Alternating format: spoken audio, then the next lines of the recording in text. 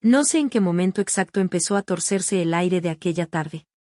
Recuerdo la casa en silencio, demasiado silenciosa para ser real. La luz entraba baja por la ventana del salón, tibia, casi perezosa.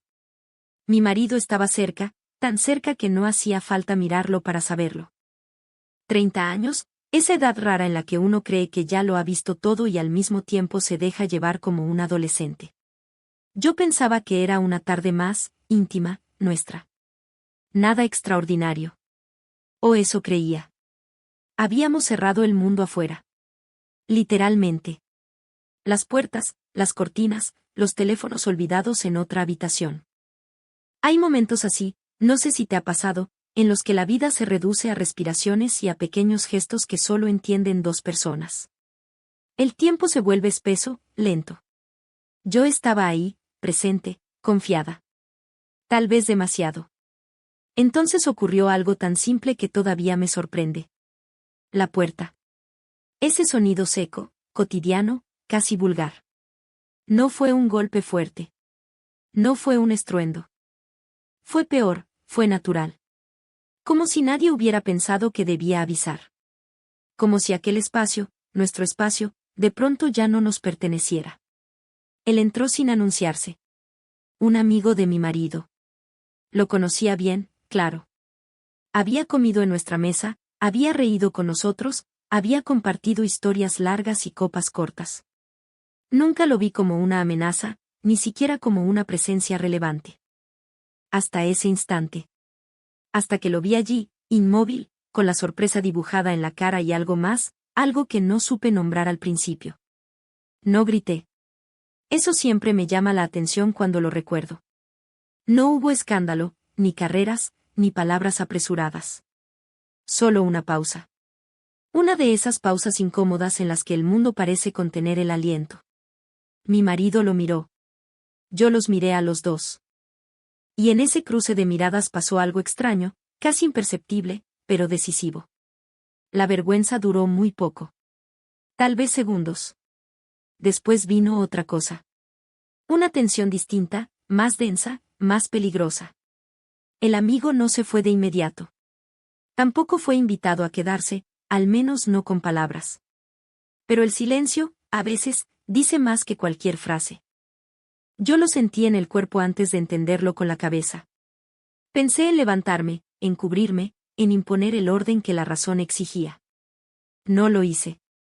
No sé si fue curiosidad, orgullo, o simplemente cansancio de ser siempre la que pone límites. Sentí miedo, sí, pero también una especie de vértigo. Como estar al borde de algo que sabes que no deberías cruzar, y aún así mirar hacia abajo. Mi marido no habló. Eso fue clave. Si hubiera dicho una sola palabra, tal vez todo habría terminado allí. Pero no la dijo. Y el amigo dio un paso, luego otro, con una cautela que me desconcertó más que cualquier atrevimiento. Nadie tocó a nadie todavía. Pero el aire ya estaba cargado. Demasiado cargado. Yo respiré hondo. Pensé en mi edad, en los años compartidos, en lo que estaba en juego. Y también pensé, no lo niego, en lo que nunca me había permitido pensar. En lo que se esconde cuando uno cree que su vida ya está escrita. Ese pensamiento me acompañó mientras el silencio se hacía más corto, más frágil. No pasó todo de golpe. Fue una sucesión de decisiones pequeñas, casi invisibles, que nos fueron llevando a un punto sin retorno. Y aunque ahora pueda parecer claro, en ese momento todo era confuso, ambiguo, peligrosamente humano. Y ahí me quedé, entre dos miradas, sabiendo que nada volvería a ser exactamente igual. Y que, pasara lo que pasara después, ya habíamos cruzado una línea que no se borra fácilmente. No recuerdo haber tomado una decisión clara. Eso es lo más inquietante cuando vuelvo a ese momento. Nadie dijo sí, nadie dijo no. Solo seguimos respirando el mismo aire, como si el silencio nos hubiera empujado suavemente hacia adelante. El amigo cerró la puerta con cuidado, no para ocultar nada, sino para devolverle a la casa esa sensación de intimidad que ya estaba rota. O tal vez transformada. Todavía dudo. Sentí como el corazón me latía en los oídos. No era solo miedo. Era otra cosa, más difícil de aceptar. Una conciencia aguda de estar viva, observada, expuesta. Mi marido me miró, buscándome, como si esperara una señal. Yo no la di. Pero tampoco la negué.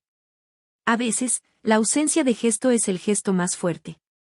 El amigo se quedó a una distancia respetuosa. Eso me tranquilizó, curiosamente. No había prisa, no había invasión. Solo una presencia nueva en un espacio que hasta entonces había sido exclusivo.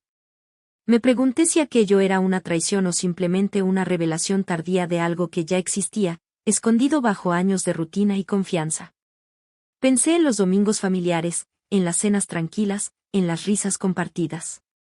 Pensé en lo frágil que es todo eso cuando se le quita una sola pieza. Y aún así, no me moví.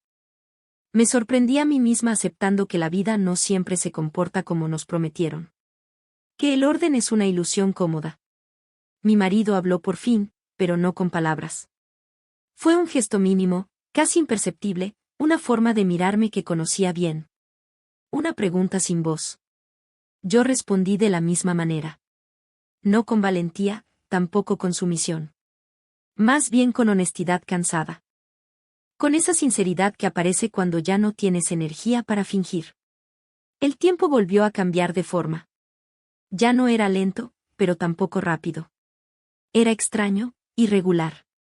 Sentí que cada segundo pesaba más de lo normal. El amigo se integró sin imponerse, como si entendiera que no estaba entrando en una escena ajena, sino en algo que se estaba construyendo en ese preciso instante. Eso me inquietó y, al mismo tiempo, me dio una calma inesperada. No hubo excesos, ni gestos teatrales. Todo fue contenido, casi solemne. Tal vez por eso me marcó tanto. Porque no se parecía a nada que hubiera imaginado antes. Porque no había culpa inmediata, ni euforia descontrolada. Solo una sensación profunda de estar caminando por un terreno desconocido con los ojos bien abiertos.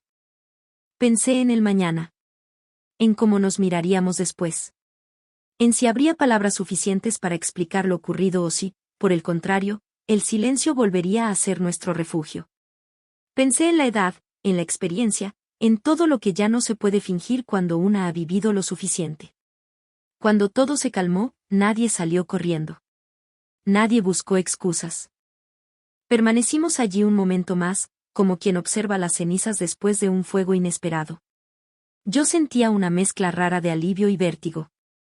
Sabía que algo se había movido dentro de mí, algo que no se acomodaría fácilmente. Y mientras el amigo finalmente se marchaba, con una discreción casi respetuosa, entendí que lo más difícil no había pasado aún. Lo verdaderamente complejo vendría después. En las miradas del día siguiente. En las preguntas que no sabríamos si hacer. Y en la certeza de que nuestra historia, quisiera o no, ya pedía un final distinto. La noche después fue larga. No por lo que pasó, sino por lo que no sabíamos cómo nombrar. La casa volvió a quedarse en silencio, pero ya no era el mismo silencio de antes. Era más denso, más consciente. Cada objeto parecía mirarnos, como si hubiera sido testigo de algo que nosotros aún no entendíamos del todo. Dormimos. Sí, dormimos. Eso también me sorprendió. No hubo reproches inmediatos, ni promesas, ni lágrimas. Solo cansancio. Un cansancio profundo, de esos que no vienen del cuerpo sino de la cabeza. Yo me quedé despierta un rato más, observando la respiración de mi marido, preguntándome en qué punto exacto nuestra vida había tomado ese desvío tan inesperado. Al amanecer, la luz volvió a entrar por la misma ventana. Todo estaba igual. Demasiado igual. Preparé café, como siempre. Ese gesto cotidiano me dio una calma extraña. Pensé que tal vez la normalidad no se rompe de golpe, sino que se estira, se adapta, se disfraza. Mi marido se sentó frente a mí. Nos miramos largo rato. No hizo falta hablar de inmediato. No buscamos culpables. Tampoco explicaciones rápidas. A nuestra edad, una ya sabe que las respuestas fáciles suelen ser falsas. Entendimos, sin decirlo, que lo ocurrido no era solo un accidente ni una simple tentación. Era un síntoma. ¿De qué exactamente? Aún no lo sabíamos. Tal vez de años de confianza mal entendida.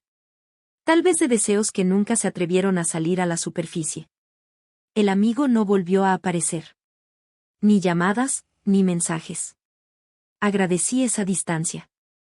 No por rechazo, sino porque necesitábamos espacio para mirarnos de nuevo, sin interferencias. Hubo momentos incómodos, claro. Silencios largos. Miradas que esquivaban otras miradas. Pero también hubo algo nuevo, una honestidad más cruda, menos elegante, pero real. Con el paso de los días entendí algo importante. Lo que más me había marcado no fue el hecho en sí, sino haberme visto a mí misma reaccionar de una forma que no esperaba. Descubrir que todavía podía sorprenderme, incluso inquietarme. A los 60 uno cree que ya se conoce del todo. No es verdad.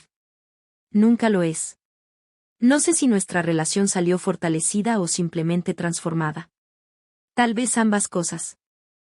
Aprendimos que la confianza no es solo fidelidad, sino la capacidad de mirarse sin máscaras cuando algo se quiebra.